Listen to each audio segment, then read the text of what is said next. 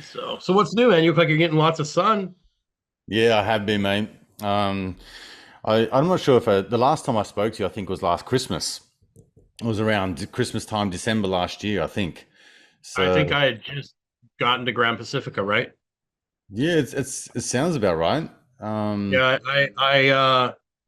I am no longer living there. That place turned out to be an absolute shit show. yeah, really. But you're in So Nicaragua now, aren't you? Right? yes, I'm still in Nicaragua. I'm just not living in Grand Pacifica. I'm Yeah, living got it. near Granada and Messiah, which is just south of the capital. Yeah. It's a What's it lot like better. I'm living there? living. It's great. I mean, I live with like among the locals. I'm on a farm. Yeah, Uh, it's like a tropical rainforest type thing right next to a volcano.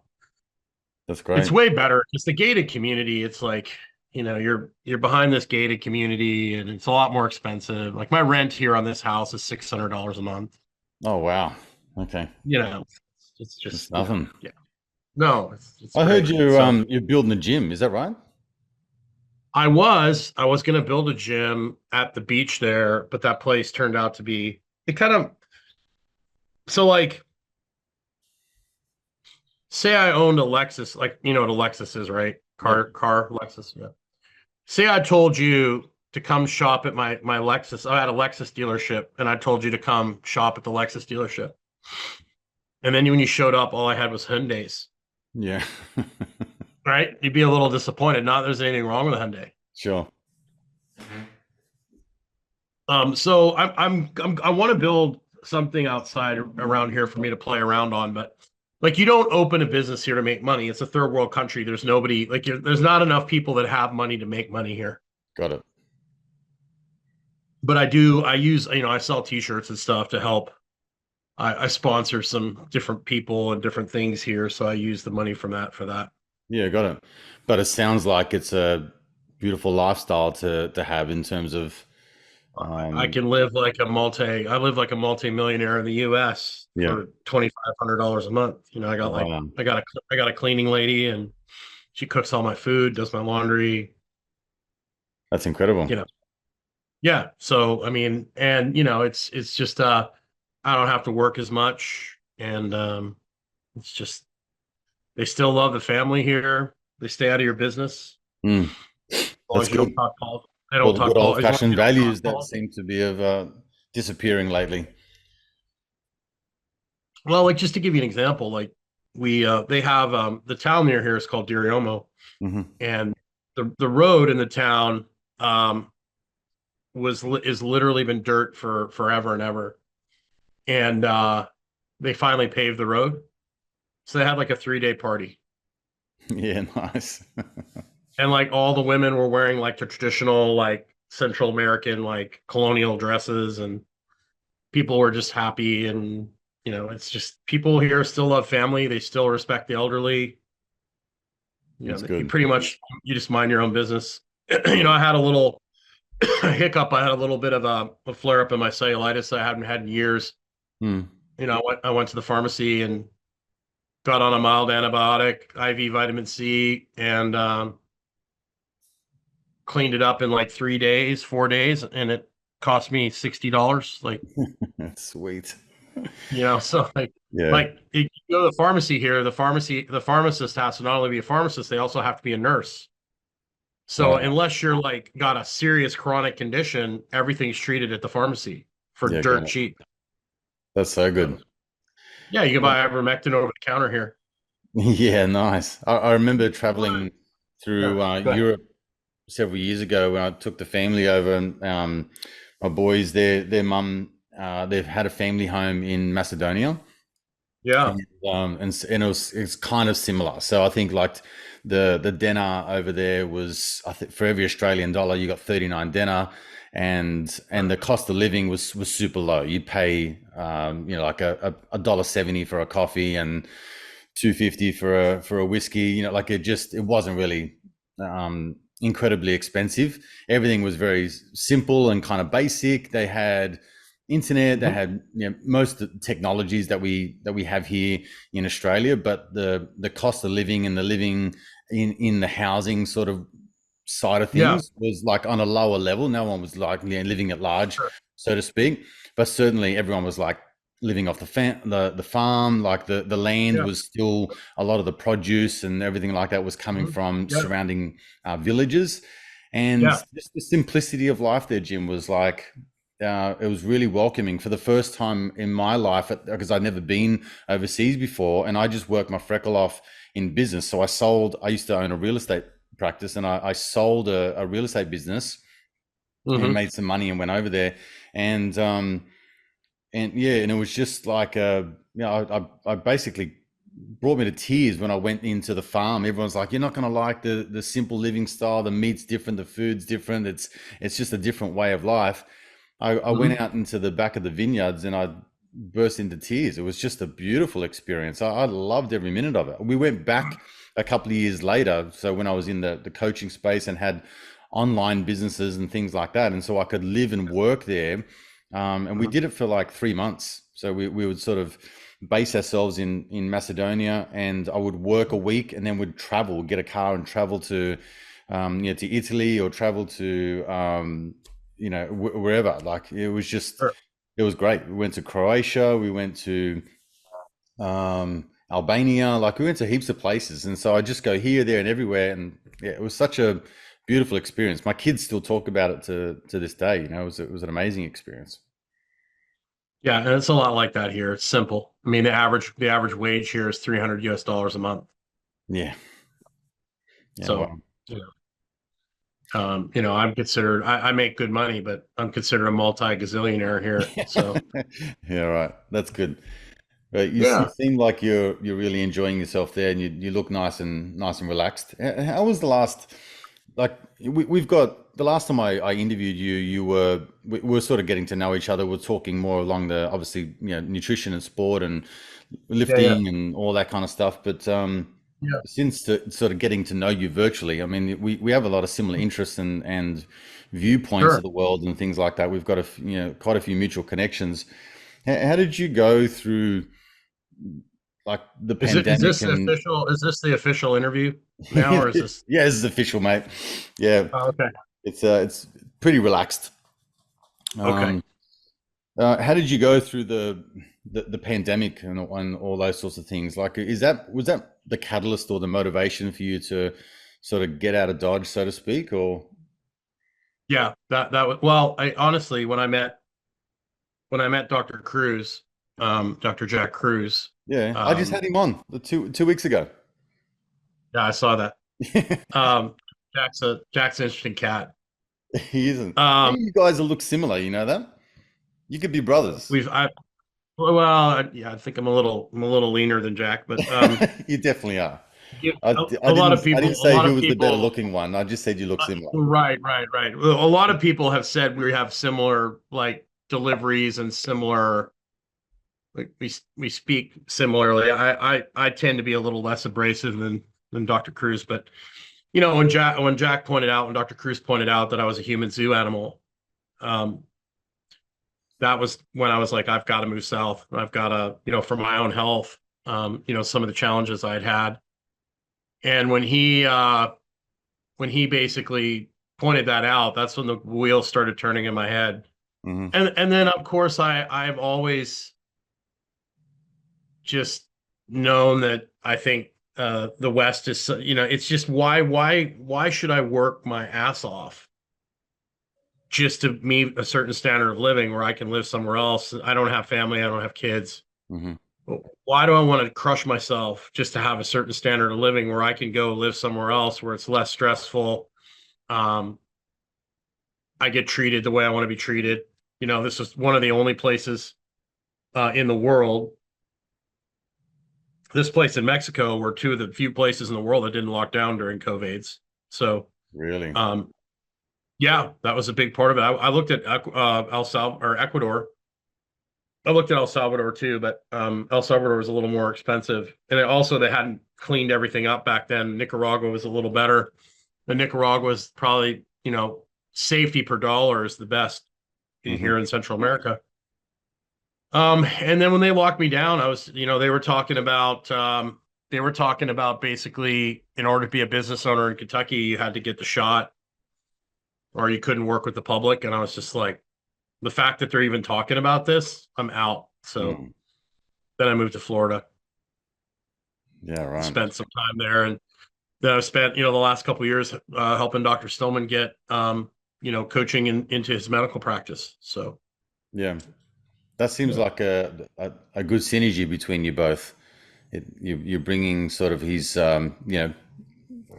medical perspective, but marrying it together with, integrating it into it a physical works. It aspect of works. life.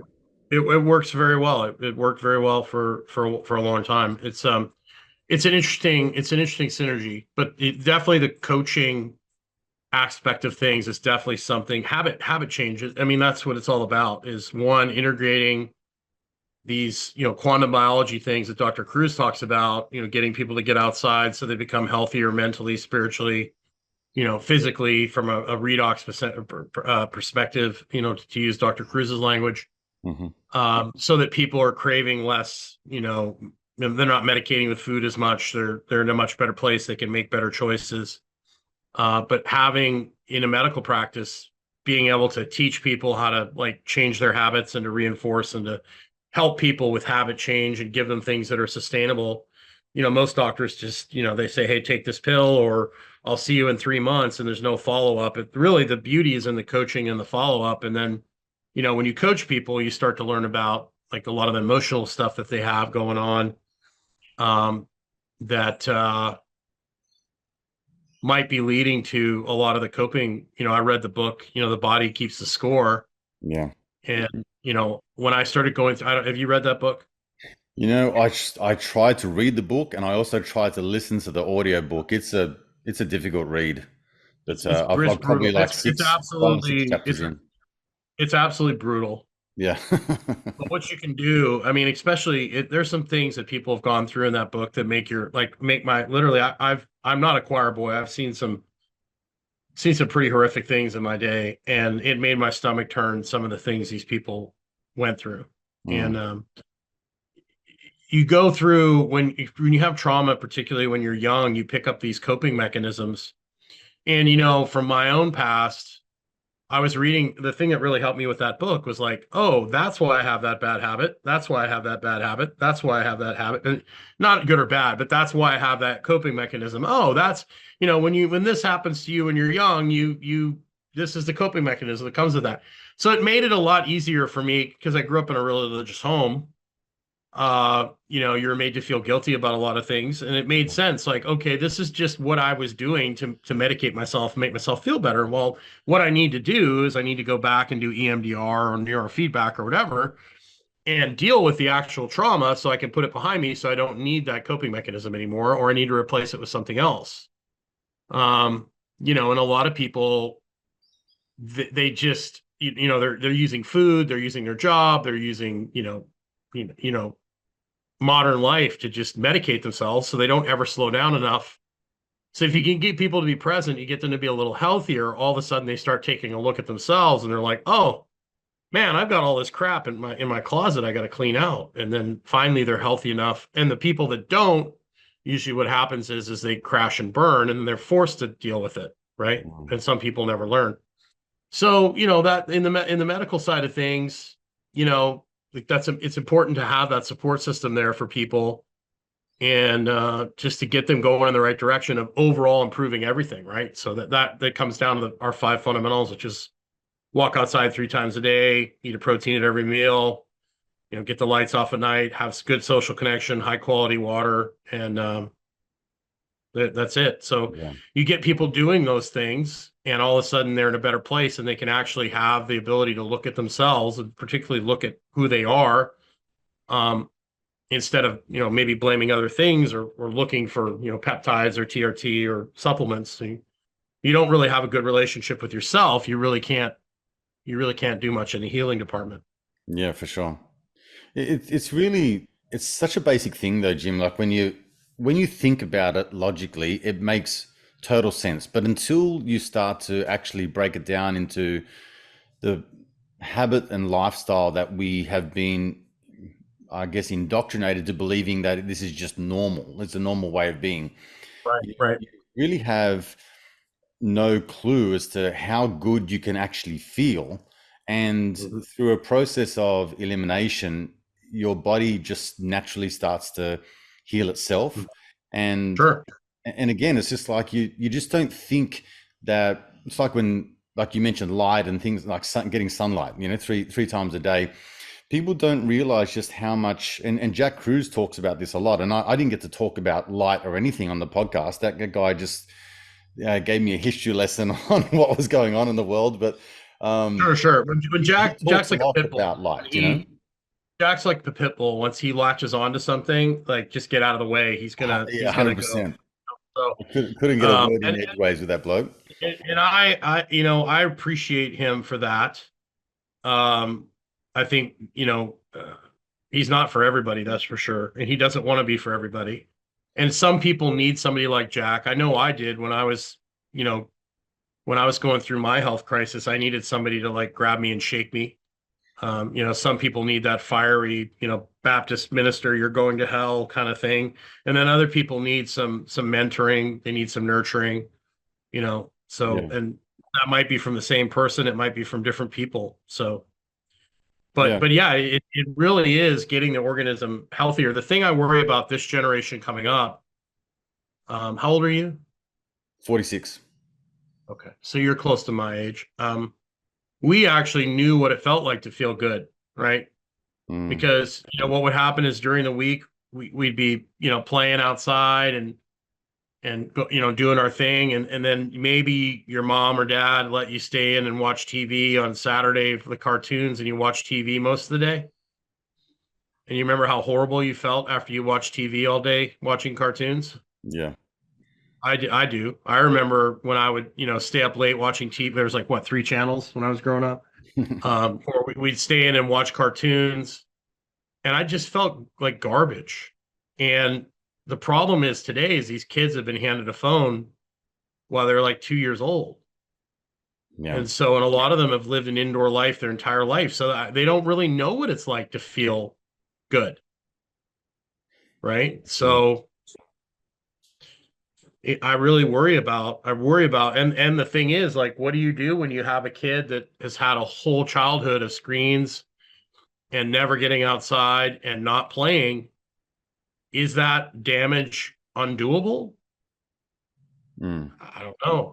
Well, I I mean, can tell you as a dad with three boys, my eldest just turned 18, mhm, and then like next year, like because my other two have got early birthdays, so in March I'll have a 15-year-old, and in February I'll have a 13-year-old, right? So um, sure. definitely was guilty of being the parent that stuck him in front of a phone or an iPad or Yeah. something like that to watch cartoons or whatever it may be, right? So Yeah. um, being totally unawares of what I was creating at that time, then they got their smartphones when they were sort of like 12, 13, 14, that sort of thing. So I kind Yeah. of held off that for as long as I possibly can. But you can just see the quick trajectory of just being addicted to a device. Um, Yeah.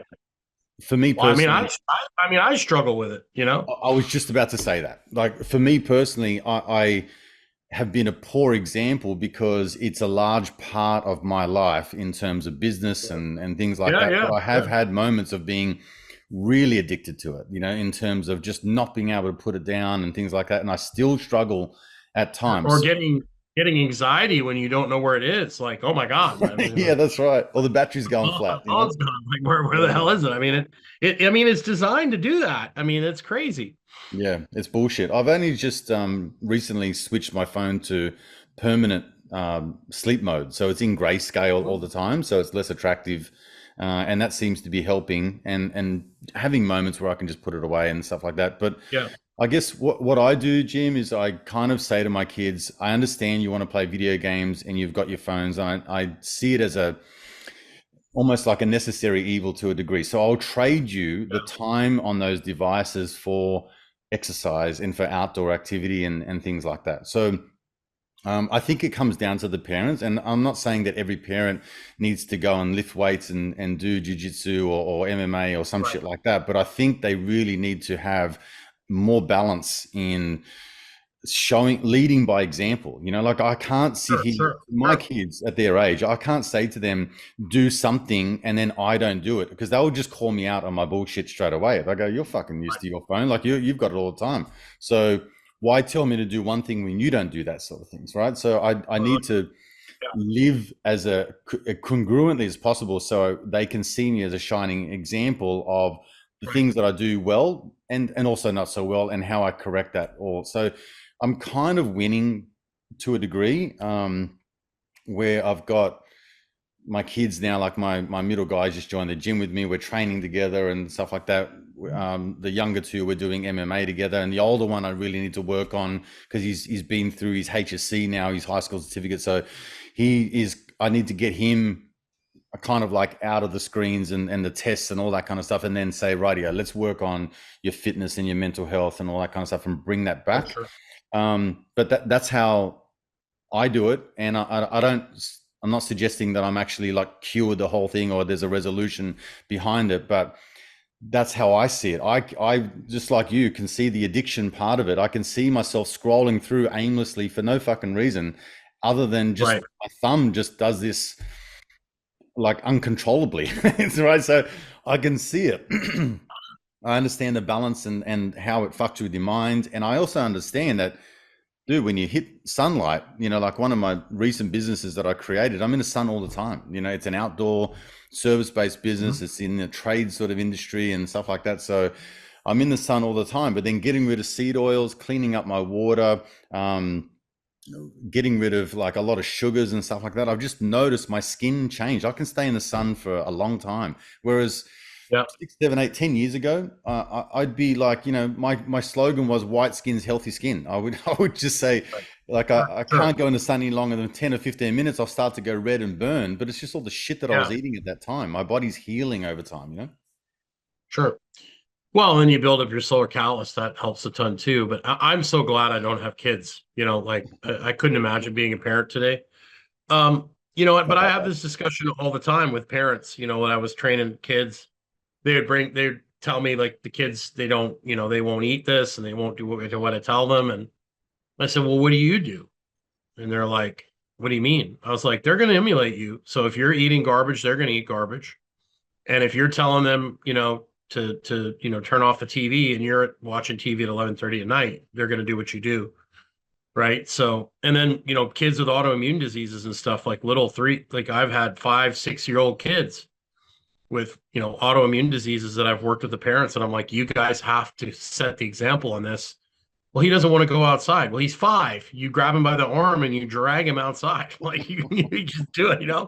And guess what? The kid all of a sudden likes being outside. Like go outside with your kids and play with them. Like you're the leader. You gotta lead by example, right? So um it's crazy. The world is an interesting place today. That's for certain. Mhm. It's But also wild. it builds resilience. I think like a large part of this group of kids that are growing up now, I think their resistance to pressure and their resilience to having stresses in their life is such a low bar that anything that is remotely uncomfortable sends them Mhm. off. So Yeah, I think doing hard things just builds up your tolerance and your threshold for hard things. And sure. the gym for me has been that. And recently, you'll laugh at this, because I I got my middle guy into MMA, and it was just because he was the quintessential middle child who was just doing all the wrong things and acting out and all the rest of it. And going through puberty was a hard period. So I Sure. got into MMA, and I thought I'll just do it as well. And it's been more of a benefit. I mean, it's helped him tremendously. He's a remarkably like different kid now. He's an awesome guy, right? So Yeah. all my kids are great, but his change in behavior has like he's Yeah. growing into a great young man, right? Boys need an outlet for all that energy. Yeah, that's it. Well, he had none, and it would, for boys, it kind of like turns into anger and aggression and rage and all that kind of stuff. They don't know how to handle all of those things. But for me, it's done like a great wonder for myself, my own confidence, my Right. own ability to perform under pressure. and get smacked around. Right? I've never been enjoyed getting hit so much in my life, you know. So you realize you're not made of glass. The other day I was like, I'm going for a role now, so I'm kind of like getting into the, you know, the wrestling side of things. And, you Sure. know, one of my first experiences was getting pinned down for fucking 4 or 5 minutes by this dude that just wouldn't let me go. And I felt helpless, like a, you know, I felt like a little child. I was like just Sure. helpless in that moment, but it gave me such determination to get into that kind of environment again and figure out ways of getting out of it, you know. And I think that that's something that's missing in a lot of adults as well, but, you know, mostly in this younger generation that's coming through. They just don't know what hard times are.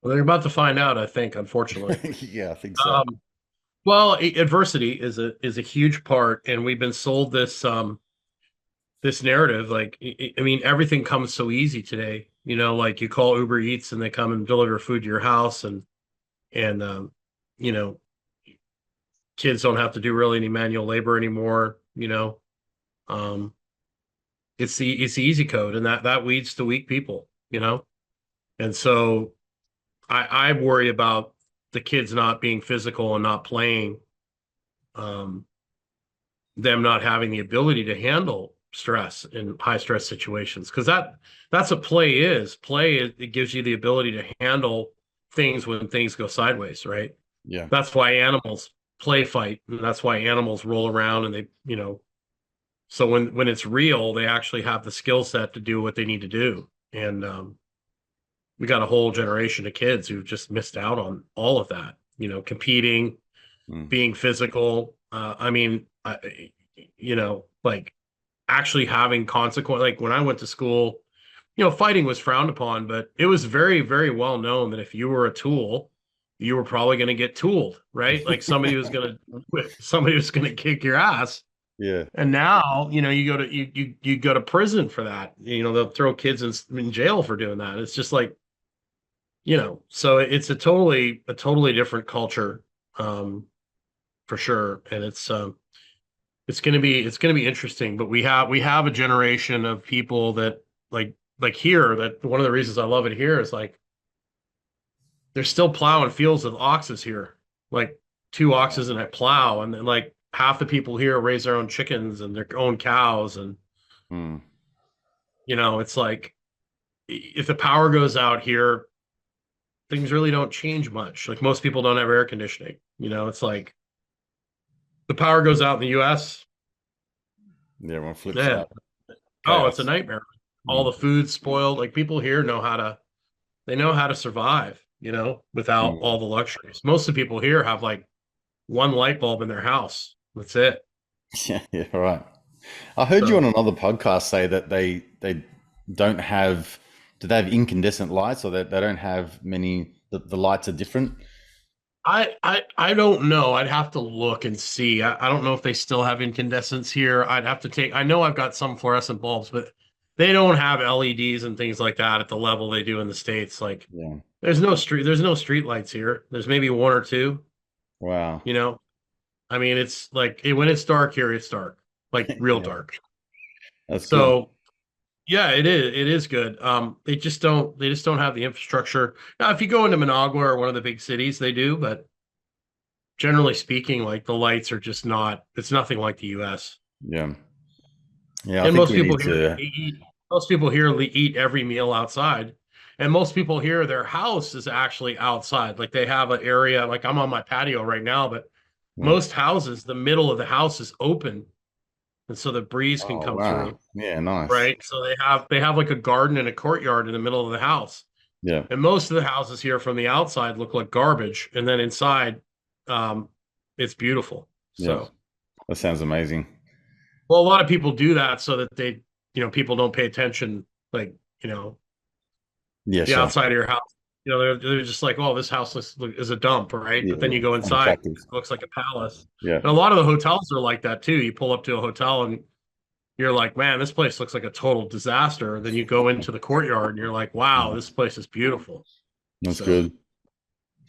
Hey, let's switch gears a little bit. I know you started a men's group for over 40s, which is really, really good. it definitely appeals Yes, to me thank you. because I'm over 40 and I'm trying to relive my Yes. youth as much as I possibly can.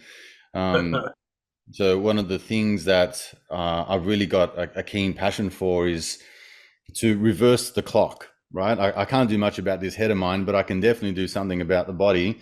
So it's Mhm. one of those things where I'm trying different modalities and different things from a mindset perspective, from a mental health perspective, and then a lot on the physical and nutritional level to kind of Mhm. see if I can wind back the clock a little bit and get that exuberance and power and bounce out of bed type feeling that I had once upon a time that I feel like I'm getting back on a certain level, but I really feel like I'm just starting to scrape the surface of what it's like to feel like strong and vibrant again. And I've been touching on like a few things. I've dealt with a little bit of peptides, but it's mostly Mhm. diet and nutrition and kind of uh, Yeah. yeah, doing a little bit different workouts and stuff like that. Yeah. So well, let's talk that a little bit because I think there'll be a lot of people, men and women, that would be like, you know what? I wouldn't mind a little bit more vitality, a bit more energy. I wouldn't mind feeling like Sure. I've got a bit more spring Sure. in my step. Well, I think the key on that is when you get over 40. I mean, I turned 50 in April. You have to pick and choose your battles, right? And you really just have to like the rest becomes even more important. When you're in your late 20s or early 30s, you can get away with a lot more. When you get over 40, it's like, oh, like maybe I'm not going to do that extra set. Or and when you get over 40, it's like, where are you? Are you untrained, or are you someone who's got like me, almost 30 years of 30 plus years of lifting capital built up, and I really don't have to do that much to maintain where I'm at. If Mhm. anything, I could probably lose a little bit of muscle mass. Super physiological muscle doesn't do well for a longevity.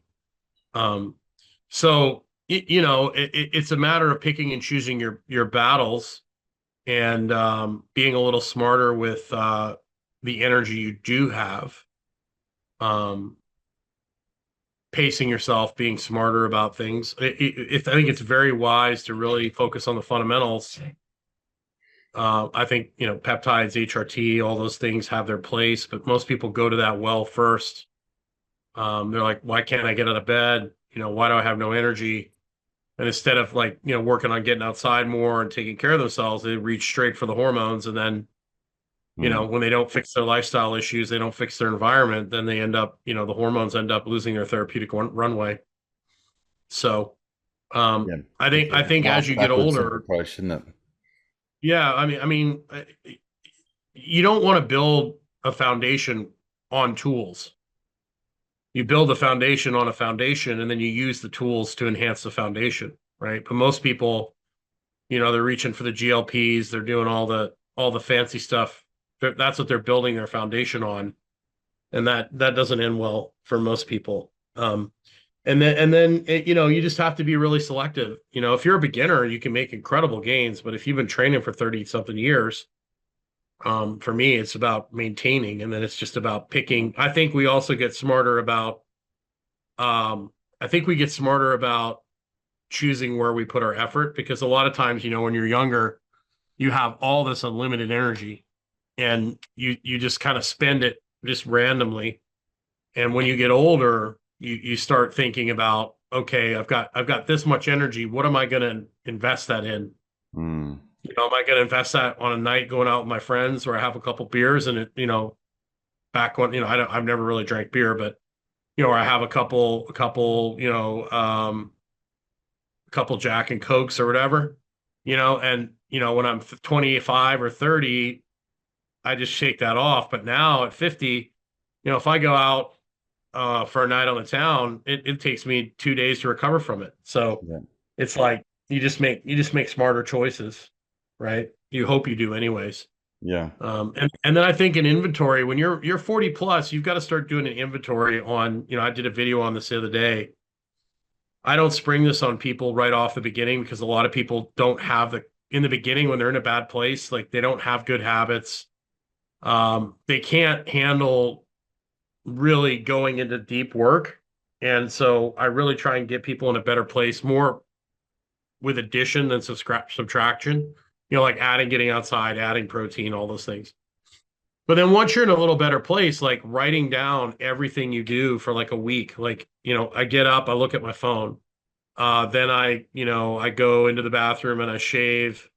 What did you write down every habit you have all week, and then you start looking into these things. Okay, when I'm stressed, I eat, I want to eat pizza and ice cream and drink beer. Okay, well, that's my coping mechanism for stress. Well, why is that? Well, maybe it's because, since you were a little kid, whatever happened to you, that food is comforting, it makes you feel better.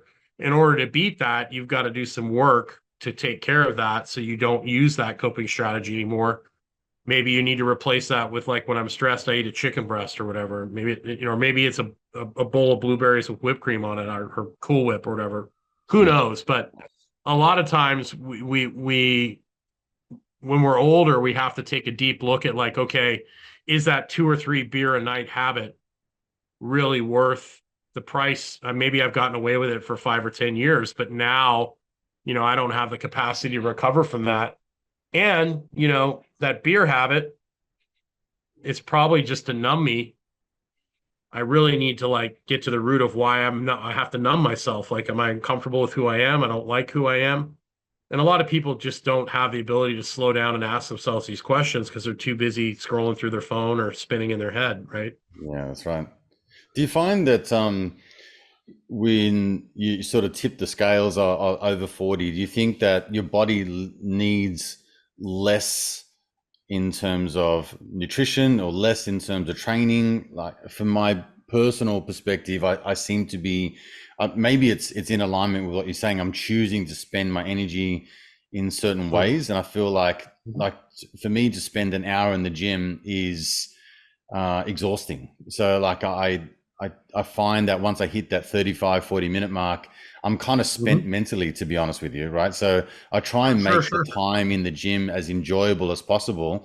There is Right. an ego play. Like I still like to feel and look strong. And so, Mm-hmm. there's a part of me that's like the old bodybuilding days where I'm not killing myself in terms of lifting 1 rep maxes or Right. anything like that, but I still want to be strong.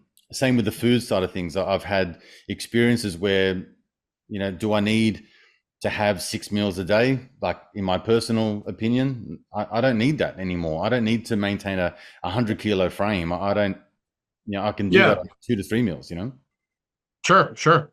Well, yeah, it comes down to that. It's like, is it really worth, Mike Israetel talked about that. Like, he's like, I can get it done on 4 meals a day or 3 meals a day. I don't need six.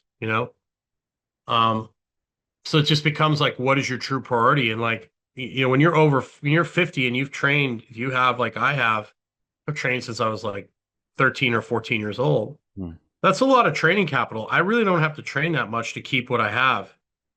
And then it's like, okay, so I go to the gym and say I deadlift, 400 or 500 pounds. I might only be able to do that like once every 6 weeks or something, right? Hmm. Um, and I might not even do that at all. I could still do it. I could probably deadlift a little more than that still, but it's just not worth the price. Yeah, for sure. So it's just a matter of, like, how high a level do you want to maintain, and what are you willing to sacrifice to do that?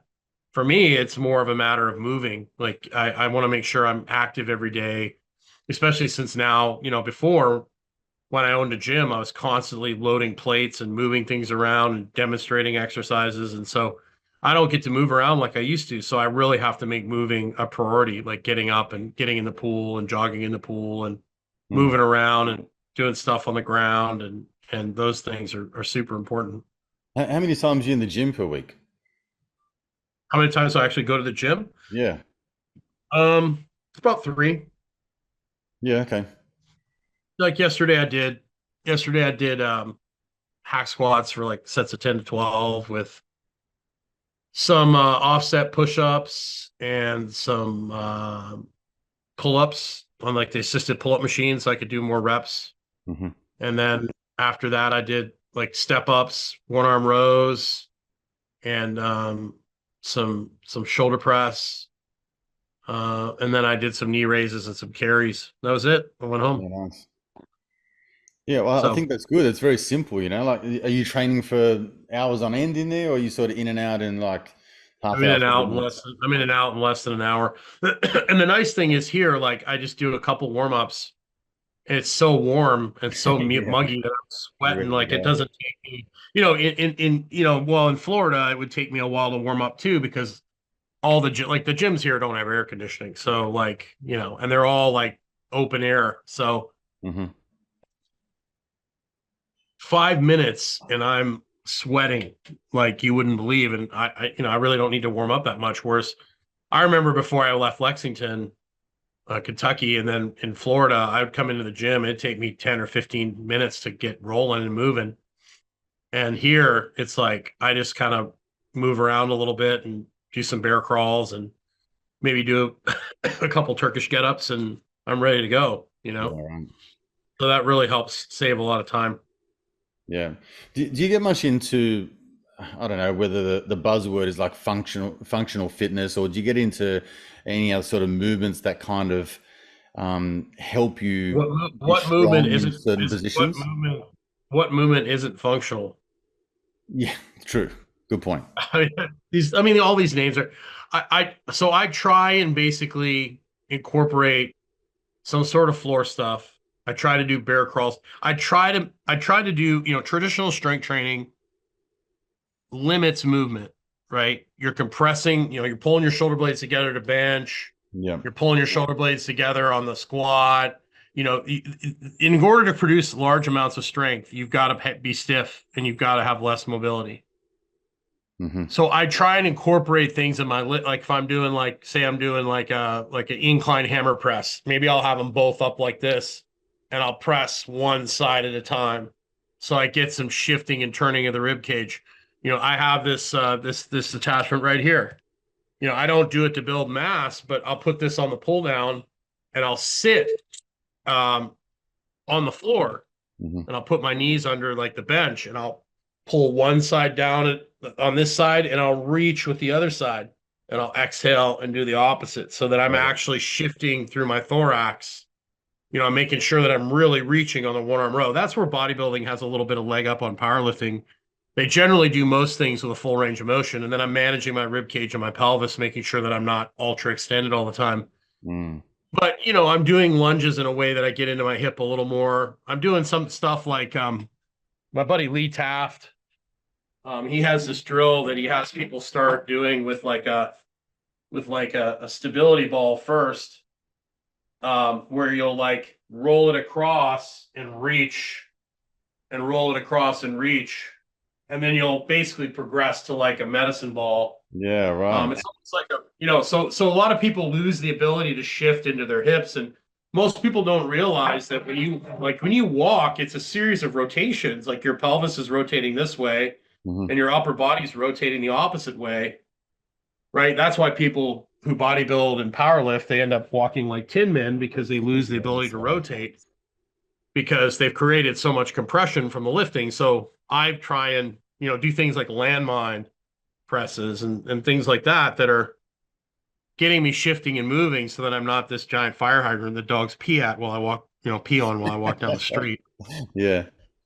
So that's essentially how I kind of approach things. I do a lot of med ball throws. If I can find a med ball around here, I need to order one. Or if somebody out there is feeling generous, send me one. Yeah. But Well, that's good to it's hear, Jim, because I used to look at guys like that in the gym and doing all these sort of weird fucking movements, and I used to think like, what the hell is that for? Like, what are they doing it? And then you do get to a point where, particularly now in my stage of life, where I value having the ability to, like you were just Mhm. doing, stretch down this way and not fucking dislocate my rib, or have something that pops because I don't have the flexibility anymore. But Well, that's why I really love like Tai Chi, where things are flowing, and there's nothing wrong with lifting and having to hold your breath to lift something and all that sort of stuff. But like, there comes a point like if you get too rigid and too stiff, like you're going to lose the ability to turn and rotate. Yeah. Um, so something where you're breathing and flowing, and even like in my warm-ups, a lot of my warm-ups, I'll do like a cross connect bird dog where I'm breathing in on the way up and then I'm coming across and touching my forearm to my knee. Hmm. And I'm doing it in a relaxed manner. I'm not like, like that.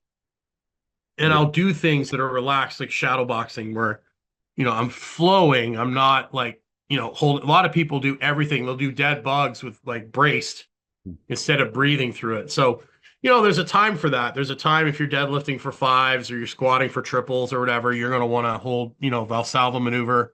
Um, but, you also need to do things where you're breathing through the whole exercise and you're not bearing down quite as much, right? So Yeah. the key is you don't want to be a yogi where you're bending in multiple directions in all directions like a contortionist, and you don't want to be like a world record setting powerlifter because both sides of the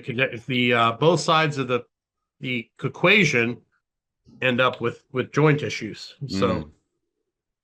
Yeah. it's kind of like, you don't want to be like a you don't want to be like an old raggedy horse cart, and you don't want to be like a Bugatti unless you've got the ability to repair the Bugatti and Yeah. you know all that and fix it. And I mean, there's consequences to being a Bugatti or a top fuel dragster, where you can Yeah. only drive in a straight line. Um, Totally. if you want to have longevity, and live a long time and feel good, you want to be somewhere in the middle, slightly towards the performance side. You want to flirt with performance, not marry it. Yeah, for sure.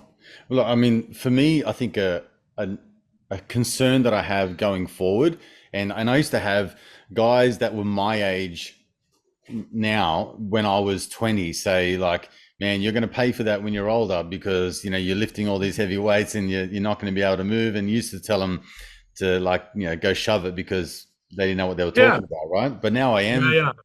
tipping my way closer to 50s, and I do have those niggling injuries and things like that, and I do feel stiff and I don't have the mobility that I used to, and things like that. So it's Mhm. I if I'm feeling that now, I don't want to feel that when I'm 60 and 70 and 80. I want to be fairly Well, loose and the limber, key on that is choosing exercises where you're not having to drive the strategy you're stuck in even further. Yeah. You're doing like a belt squat and you're holding on to the belt squat so you're reaching so you can't arch, Right. so you can get deeper into the squat. You're benching on the floor or you're doing dumbbell presses and you're not pulling your shoulder blades together really hard.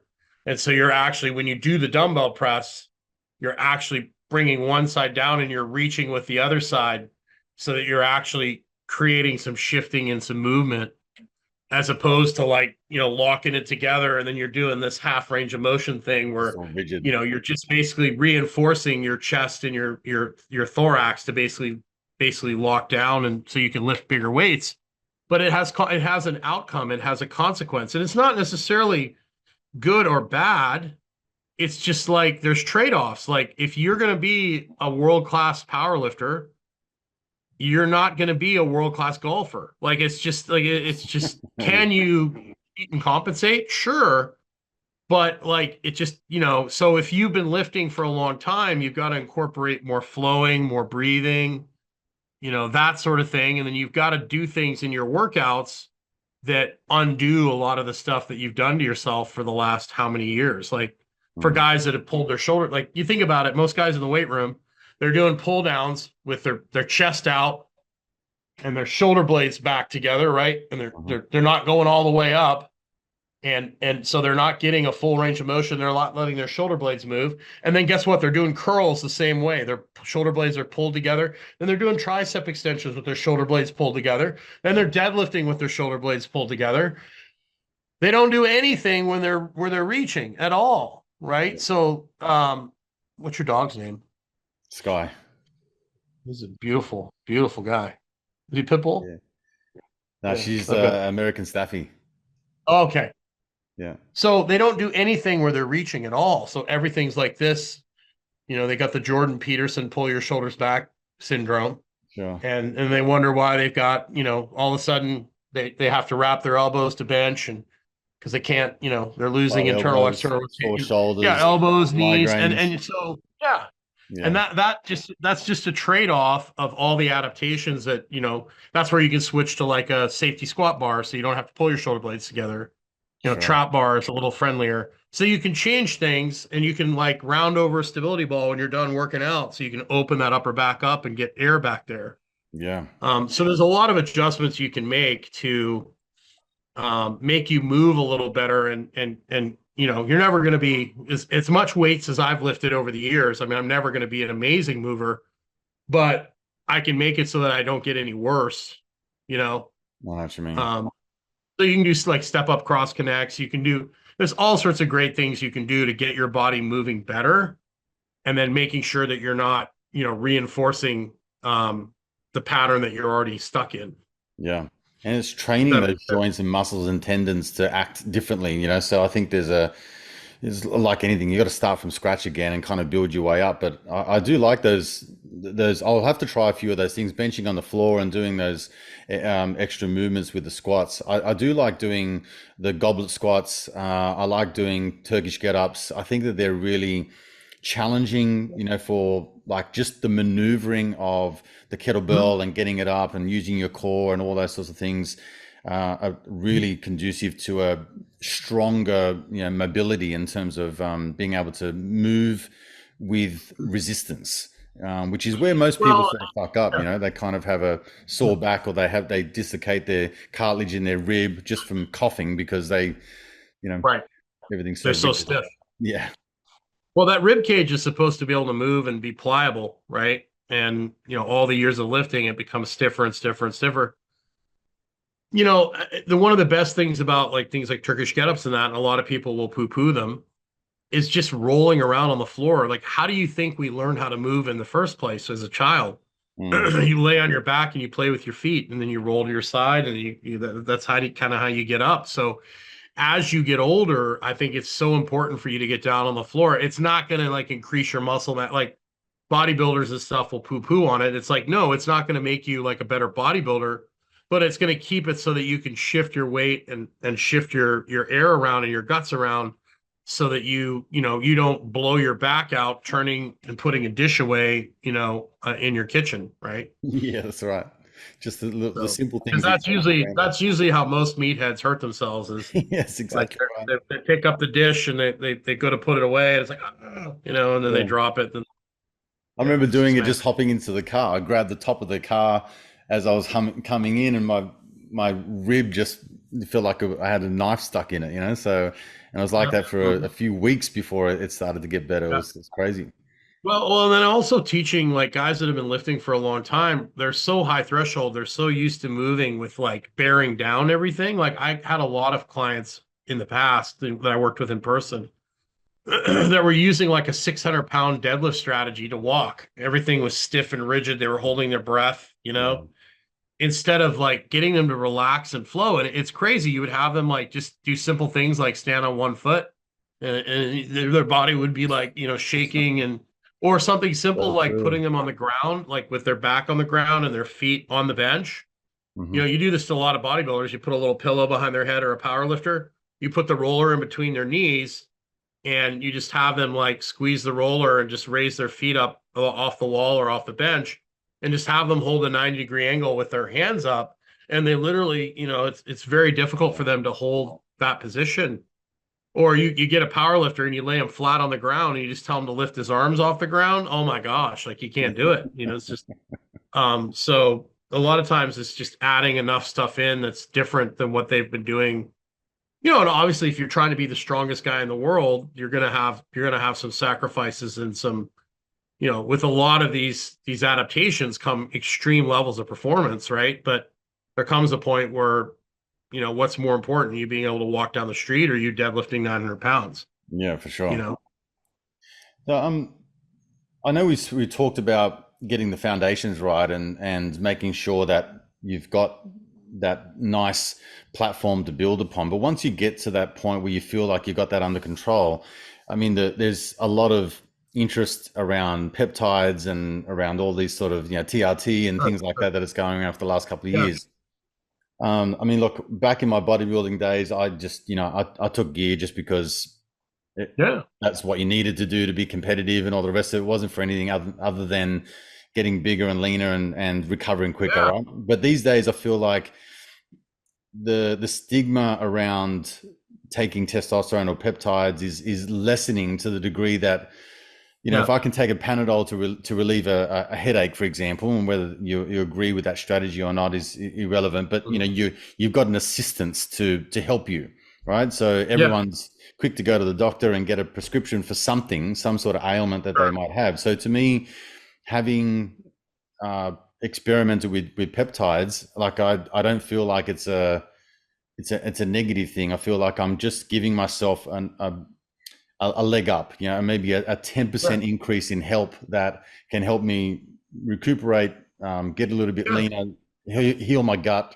all sorts of things. What's your view on that? It's interesting. I've used them. I've used many different peptides at times. I mean, I've used all, I mean, my motto used to be if it's good enough for $1 million racehorse, it's good enough for me, Sure. when I was in my 30s, when I was in my 30s, if you'd have asked me like, hey, we'll give you this super anadrol that, it'll put 200 pounds on your squat, it'll put 100 pounds on your bench, and it'll put 100 pounds on your deadlift. You'll win every powerlifting meet for the next year, and then you'll die. I would have been like, sign me up, dude. And you talked about that guy before that he guys would be like, you're going to pay for this later. Like when I was in my late 20s, I actually posted this on my Instagram. Um, this guy came in who was a pretty strong guy. He squatted like 800 raw. And I remember watching him train. He was in his 40s and he was like, he just worked up to like 225 or something. He's like, I was like, what are you doing? He's like, that's it. He's like, yeah, man, I'm done, man. Like, I don't have it in me anymore. And I just couldn't even comprehend that at all. Like, it just didn't. I was like, this guy's a sellout. But now I'm like, I understand completely. Yeah, that's right. Now, it depends on who you're going to talk to. Like, if you talk to Dr. Cruz, he's going to tell you that peptides are like the worst thing. Like, you Waste. know, yeah, they're the worst thing ever. I I think they're, this is just my personal opinion. I think they definitely can help. I think they've been researched in the Soviet Union. They've been used on different people for quite a long time. I definitely think some of them. I think the GLPs, if used inappropriately, can be a big problem. The big problem with the GLPs is that they take them in big doses. And they don't. It shuts everything off, and you don't want to eat. So you don't eat, you don't lift, you lose a bunch of muscle. The people that have had success with the GLPs take a microdose, just enough to take the edge off so that you're not craving food like junk food all the time, right? So, I've used some of the peptides. I've never had any bad side effects of them, but of course, I'm also combining it with lifestyle change and, you Mm. know, I'm not lifestyle change, but I also sleep well, I eat well. I've been on testosterone since I was 25 years old. So now I'm on a TRT dose. I'm not on a super physiological dose anymore. Um, so I mean, I've used, and I tried. I honestly, I was told if I got enough sun and I got enough cold, I could come off testosterone. But I've had multiple head injuries. I've been on testosterone since I was 25, Hmm. and I've took super physiological doses for a long, long time. And all my organs are good. My blood work's good. So, I was told I could come off if I got enough sunshine. And I mean, a year into trying that, I almost like did myself in because I was so depressed. And when I went back to get my testosterone measured, it was like, didn't even register on the test. Damn. Yeah. So, with all the head injuries, the motorcycle accidents, the car accidents, playing football, and then years of taking large dosages, and I'm obviously got to live in the bed that I've made. Um, I needed to get back on therapeutic testosterone. It's something I'm going to have to take for the rest of my life, right? So, Mm. I don't know. I think it's an individual choice. I think there's a lot of people out there that have played around with it. But I think before you reach for things like that, it would be wise to make sure you get your light, do everything you can on that side of things. Light is so much powerful than people think. Mm. That's such a huge part of it. But if you're going to do it, the thing I would would suggest is making sure that you try one or two of them at a time. You don't like take a million of them, and make sure that you have everything else optimized first. You know, like a lot of people will just take whatever, and they don't have their lifestyle in order, and they don't really know. They're taking so many supplements and they're taking so many things that they can't really tell if it's doing it, like what's doing what, I know right? what you mean. So Yeah. like all the low hanging fruit, like, you know, what's your blood work like? Are you in a good place? Are you taking creatine? I think everybody should take creatine, even women. Um, they don't like the fact that it makes them, hold a little more water, but that water's in your muscles, makes Mhm. you look way better. Um, but I would get all those low hanging fruit things done first. And if I was going to do peptides, I would make sure that I do only a couple at a time. And then I make sure I would take it for 8 to 10, 12 weeks and then come off it.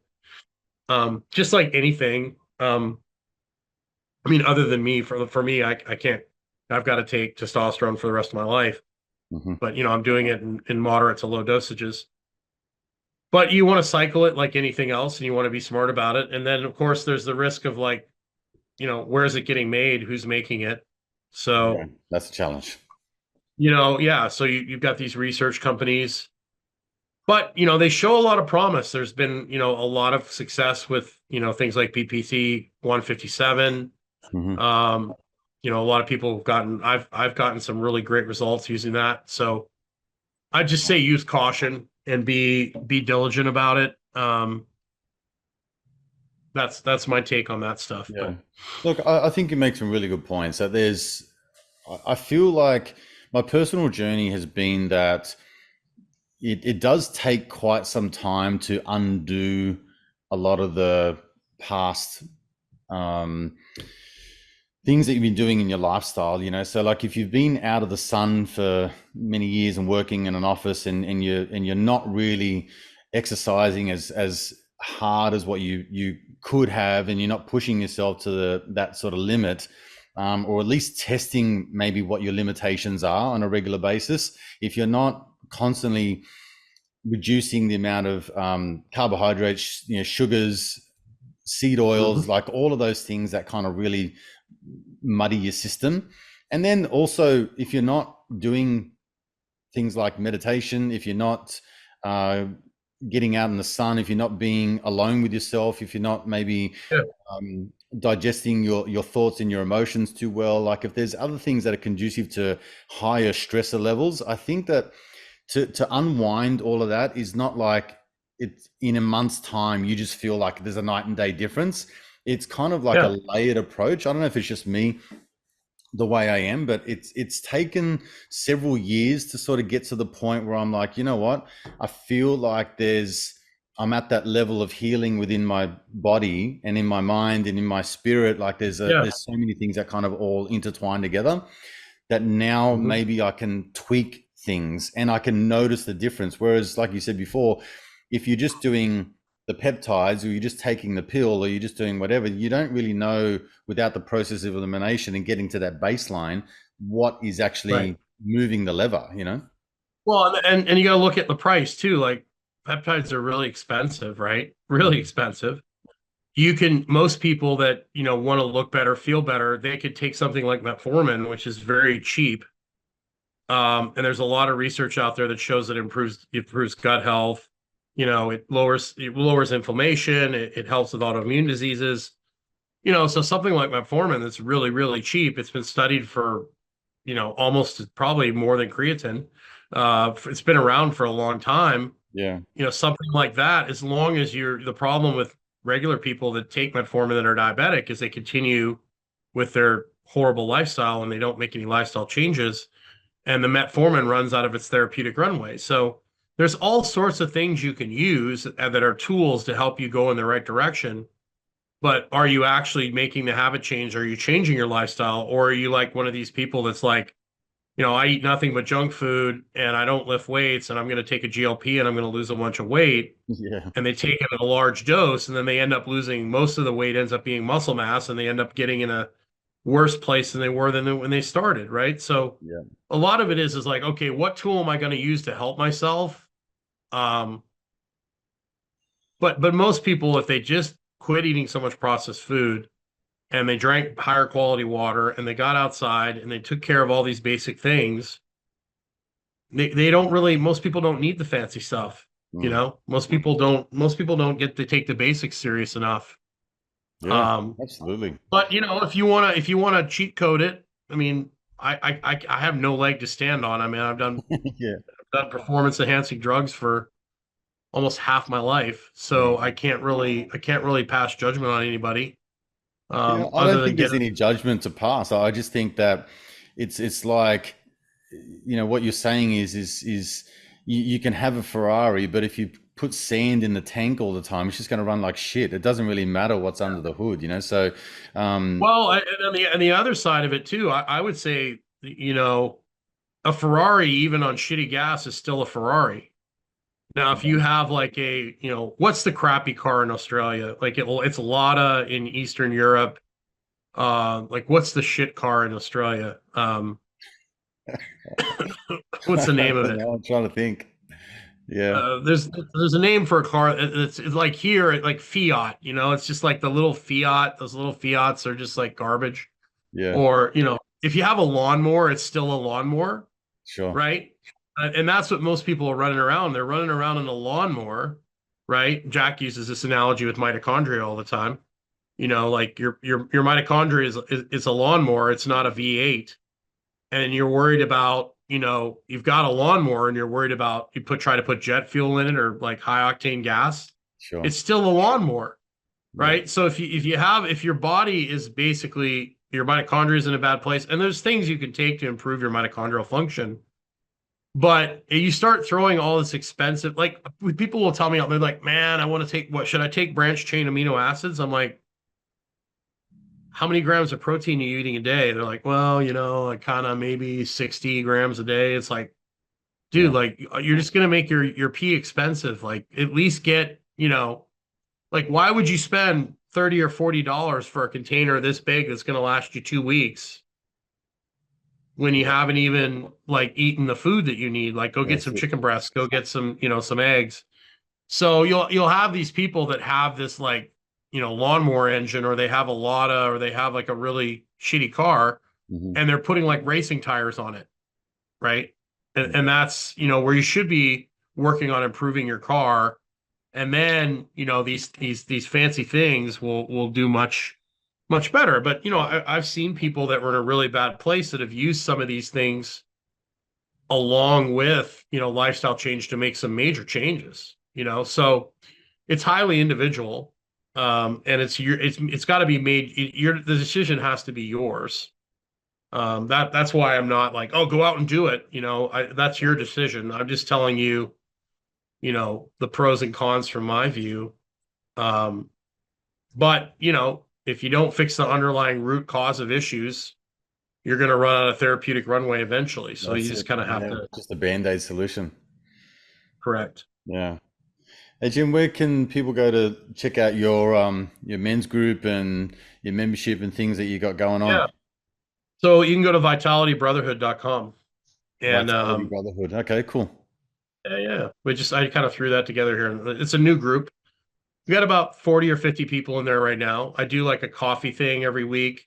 Yep. I've got an exercise library in there. I've got uh, different forums that you can get on and chat. Like I really, really want to like support. Like I just started a podcast. I had Rob Wolf on today, and we talked about his kind of journey. I really want to talk to like guys over 40 that have like, I think guys once they reach 40 and they have like a crisis, they think everything's over, and they don't realize it. Like Rob, we were talking to Rob today. Like he started out like as this geeky chemist, powerlifter. Became one of the first CrossFit gym owners, and then blew up and had the Paleo Solution podcast and was huge on the internet. Got kicked out of CrossFit. Ends up getting banned on Google, like not banned, but basically taken from the top of the search engine to the bottom of the search engine, has Hmm. to reinvent himself, like writes another book. and then moves his whole family at like, you know, to Texas, and Wow. then or it moves them to Reno, and then they move to Montana and they start a new business. I was just like this. The guy's been through like all these things, and people only see the success stuff. But we talked about that, and I think a lot of times guys hit 40 and they get sideswiped, they get a divorce, or they, you know, or they have a career change, or everything. You know, their body starts giving up because they've haven't slept enough, they've been eating crap, you know, Mhm. they've been drinking too much, and then all of a sudden their body starts giving up and they just get in a bad place and they're like, oh, my life's over, everything's done. And they don't realize that all these guys that are successful, your Mark Sissons, your Rob Wolfs, your, you know, all these guys that are decently successful have had, you know, they've lost it all, they've gained it back, they've, you know, so providing that support for guys that, hey, you know, adversity is part of life and happiness is a destination, or it's not a destination, it's an experience, right? Because we've been sold this lie by like, I don't know, Disney or whoever else is that you're supposed to be happy all the time. Yeah. Um, but that's not the case. Like happiness is something you experience. In order to make happiness even better and joy, you have to experience dark times. You have to have struggle, you know, all these things. You have to have light. You have to have dark. So just Mhm. providing the support for these guys and to have a community where we can just come and be dudes. Like we could talk about cars. We could talk about history. That's really kind of why I started it up, Yeah. and I'm really looking forward to getting some more people, and it's free for now. So if you go over to vitalitybrotherhood.com, you click on there. It's really funny because I've had to kick like 3 or 4 women out of the group. So you know, it's like it's for 40-year-old men plus, and then they go, yes, I'm a man, and then they got this picture, and it's like, really? Yeah. Then I talk to them like, oh yeah, I live in Florida, and I'm a 38-year-old woman, and I'm just Oh like, wow. really? Like, sorry, you know. So That's good, but if man. you I are a think a lot woman of and you people want to would join the appreciate. group, at least have like Al Bundy's picture or something there, you know. Yeah, for sure. Yeah. That's hilarious. Yeah, well, that sounds pretty cool, man. I think a lot of people really enjoy that, and you've obviously got like shit tons of experience in all facets of life. So it's good to draw upon that lived experience, and people find you like very real and Right. relatable. You know what I mean? Like you're not sitting on some Yeah. fucking ivory tower preaching to everyone and all the rest of it. So that's No, a I really mean good approach. I've experienced all sorts of fun things. And you know what I really enjoy working with guys and helping them kind of look at the pros and the cons and you know, I've helped we had a working with Dr. Stillman, we had a optimal male vitality, which we basically took guys that were not happy about their health situation. And a lot of that comes to personal stuff too, like, you know, their job's not in a good place. You know, they've had this huge business that they're running and it's killing them. And they have to either learn how to delegate or they you know, they sell the business or whatever. Being part of that whole process is just really fun for me. And just, you know, obviously like sitting here with you and chatting with you for a while, Mm. you know, that's a really cool thing and Yeah, it something is. that needs to happen more often. Yeah, it does, Dude, I man. think dude, I think I love it. I think the biggest mistake dudes make is, you know, they get married, they get busy, and then they neglect a lot of their guy friends, and then Yeah. you know they don't have that support network anymore. Yeah, I was one of those guys, man.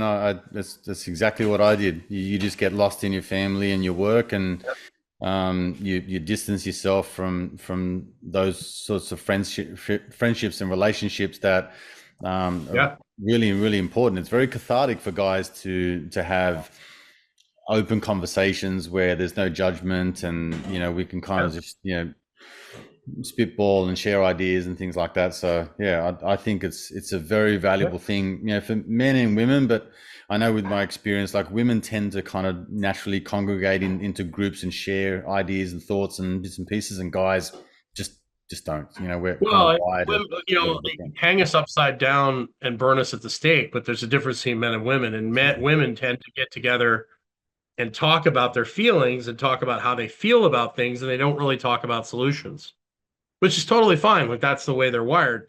We tend to get together and work on cars and build things and do things and like Big stuff. we we, we get shit done. Like that's the way dudes operate, right? Like Yeah. burn us alive, go ahead.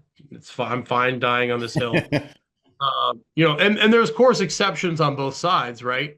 Yep. But you know, men neglect. What happens is they get so caught up with their family and their work, and they neglect all their male friendships, and then they get sideswiped, and their whole world is gone, and they don't have anybody to like reach out to, and they feel alone. And then it's like, well, I don't have anything. Right. Mm, It's just like, it's called getting zeroed out. Right. yep. And so I really think, particularly in these crazy times we live in, it's very important to have, a like-minded community that you can go and chat with. And I'm very clear in the group, like, you can disagree with me all day, just don't make the attack personal. Like, Mm, I'm fine with disagreement, but as soon as it goes personal, that's when we kick you out of the group, you right? got a So problem. Yeah.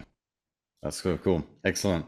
Hey, mate, it's been lovely to chat to you again. You're a great guy, and yeah, I really enjoy these chats. I'll pop a bunch of the yeah, links in anytime. the show notes and get it all out to the public. Hopefully, we get a lot more men joining your group, and Yeah, yeah, it's really good chatting with you, mate. good to see you too, man. Hope you're doing well. I'll do well. All right, buddy. Until next Take time, care. I'll talk to you soon. All right. All right. See you, buddy.